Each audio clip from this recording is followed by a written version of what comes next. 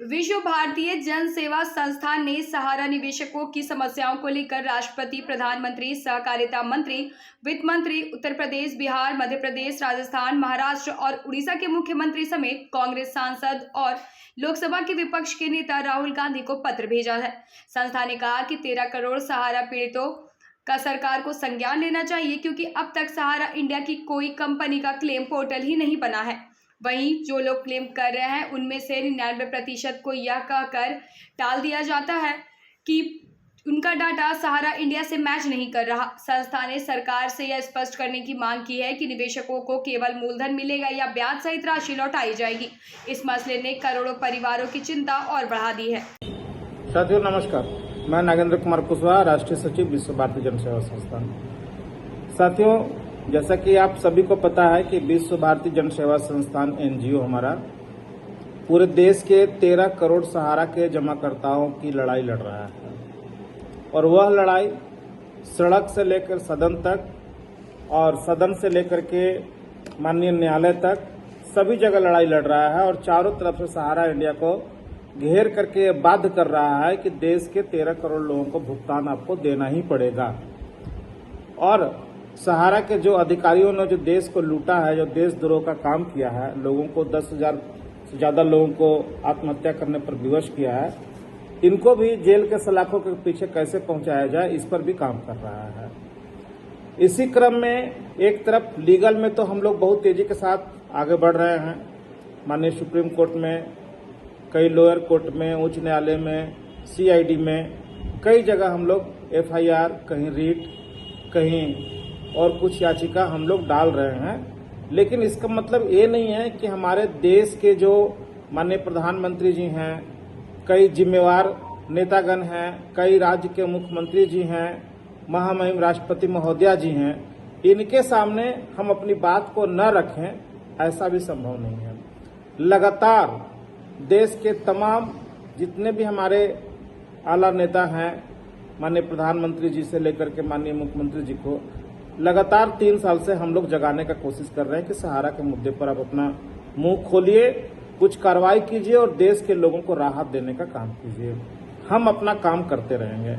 इसी क्रम में जो अभी वर्तमान की जो परिस्थिति बनी है, उस पर आज विश्व भारती जन सेवा संस्थान की ओर से महामहिम राष्ट्रपति महोदय जी, माननीय प्रधानमंत्री जी, माननीय सहकारिता मंत्री जी, माननीय वित्त मंत्री महोदय जी, माननीय मुख्यमंत्री महोदय जी उत्तर प्रदेश, माननीय मुख्यमंत्री महोदय जी बिहार प्रदेश, माननीय मुख्यमंत्री महोदय जी मध्य प्रदेश, माननीय मुख्यमंत्री महोदय जी राजस्थान, माननीय मुख्यमंत्री महोदय जी महाराष्ट्र, माननीय मुख्यमंत्री महोदय जी उड़ीसा, माननीय राहुल गांधी जी नेता प्रतिपक्ष लोकसभा, इतने लोगों को आज संस्थान की ओर से पत्र भेजे जा रहे हैं, जिसमें संक्षिप्त में मैं बता देता हूं कि क्या क्या मुद्दे लिए गए हैं।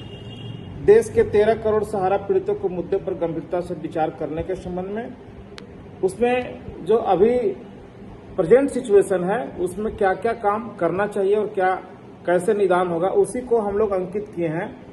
जैसे पहला नंबर पॉइंट हम लोगों ने लिखा है, अभी तक सहारा के सहकारिता समितियों के लिए सहारा रिफंड पोर्टल बनाया गया, किंतु सहारा की अन्य कंपनियां, सहारा क्यूसो प्रीमियम प्रोडक्ट रेंज लिमिटेड, सहारा कमर्शियल कॉर्पोरेशन लिमिटेड के लिए कोई पोर्टल नहीं बना, जबकि इन दोनों कंपनियों में लगभग 1 करोड़ से ज्यादा लोगों का धन फंसा हुआ है। दूसरा है, सहारा रिफंड पोर्टल पर जो क्लेम लिया जा रहा है, उसमें डेथ क्लेम, MIS स्कीम और ज्वाइनिंग पॉइंट का क्लेम क्यों नहीं लिया जा रहा है। तीसरा है, सहारा रिफंड पोर्टल से सरकार यह स्पष्ट करे कि निवेशकों को केवल मूलधन मिलेगा या ब्याज समेत भुगतान किया जाएगा। चौथा है, अभी तक देश भर से सहारा रिफंड पोर्टल पर 1,35,34,410 लोगों ने लगभग 1 लाख करोड़ का क्लेम किया है, जबकि सहारा रिफंड पोर्टल पर मात्र 5,000 करोड़ रुपया ही भुगतान के लिए दिया गया है, जिसमें से 5,139 करोड़ रुपया बिना ब्याज के अधूरा भुगतान किया गया है, जिसमें 50,000 रुपये तक ही भाग्यशाली लोगों को ही मिल सका है। बाकी रकम भुगतान करने का रोड मैप सरकार के पास क्या है, उसे स्पष्ट करें। पांचवा है, सहारा रिफंड पोर्टल पर 1,35,34,410 लोगों ने अपना क्लेम किया था। क्लेम करने वाले 99% लोगों का क्लेम विभिन्न तरह का कमियां दिखाकर यह कहते हुए खारिज कर दिया गया है कि आपका डाटा सहारा इंडिया के डाटा से मिलान नहीं हो पा रहा है। उन्हें 99% लोगों को क्या जाली सर्टिफिकेट सहारा के द्वारा दिया गया, जो उन्हें भुगतान से वंचित कर दिया गया है। छठा है, सेंट्रल कोऑपरेटिव रजिस्ट्रार से संपर्क करने पर कहा जाता है कि सहारा इंडिया डाटा नहीं दे रहा है, जिसके कारण लोगों का क्लेम रिजेक्ट किया जा रहा है। अगर Sahara India data central cooperative registrar को नहीं दे रहा है तो सहकारिता मंत्रालय सहारा इंडिया पर कार्रवाई क्यों नहीं कर रहा है। और सातवां है, सहारा इंडिया ने दिल्ली उच्च न्यायालय में स्वीकार किया है कि सहारा के सोसाइटियों का 62,500 करोड़ रुपया सहारा की real estate company MB valley में निवेश कर दिया गया है। तो एमबी वैली को नीलाम कर निवेशकों का धन वापस क्यों नहीं किया जा रहा है। और आठवां है, सहारा इंडिया निवेशकों की गाढ़ी रकम से देश भर में जमीनें खरीदा गया था, उसे बाजार भाव से कम राशि में क्यों बेचा जा रहा है। और बिक्री की गई राशि को माननीय सुप्रीम कोर्ट के आदेशानुसार सहारा सेबी के एस्क्रो खाते में जमा नहीं कर रहा है, इसकी संपूर्ण जांच की जाए। नौवां है, भोपाल में भाजपा विधायक श्री संजय पाठक ने सहारा की 1,000 करोड़ रुपए का जमीन मात्र 90 करोड़ में खरीद लिया। ईओडब्ल्यू की जांच में यह प्रमाणित भी हो चुका है और सहारा के अधिकारियों के खिलाफ प्राथमिकी भी दर्ज हो चुका है, किंतु भाजपा विधायक श्री संजय पाठक पर कोई कार्रवाई अभी तक क्यों नहीं किया गया।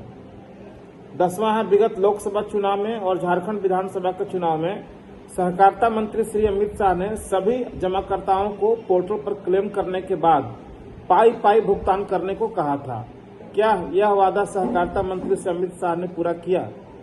और अंतिम जो सबसे महत्वपूर्ण बिंदु है, सहारा प्रमुख दिवंगत सुब्रत राय के सुपुत्र सीमांतो राय और सुशांतो राय देश छोड़कर विदेशी नागरिकता ले चुके हैं और पता चला है कि देश भर में सहारा की जमीनों को औने पौने दामों में बेचवाकर विभिन्न स्रोतों के माध्यम से विदेश पैसा ट्रांसफर कर रहे हैं।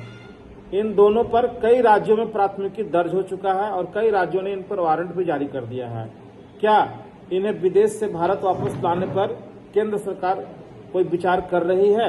क्या इन्हें भारत लाया जाएगा या जैसे अन्य लोगों को वर्तमान एनडीए की सरकार ने देश के बाहर निकाल दिया। कई ऐसे चेहरे हैं, चाहे माननीय विजय माल्या जी हों या नीरव मोदी हों, जो देश के धन को लूट करके आज विदेशों में ऐश कर रहे हैं। इसी प्रकार इन दोनों को भी विदेश में ही छोड़ दिया जाएगा।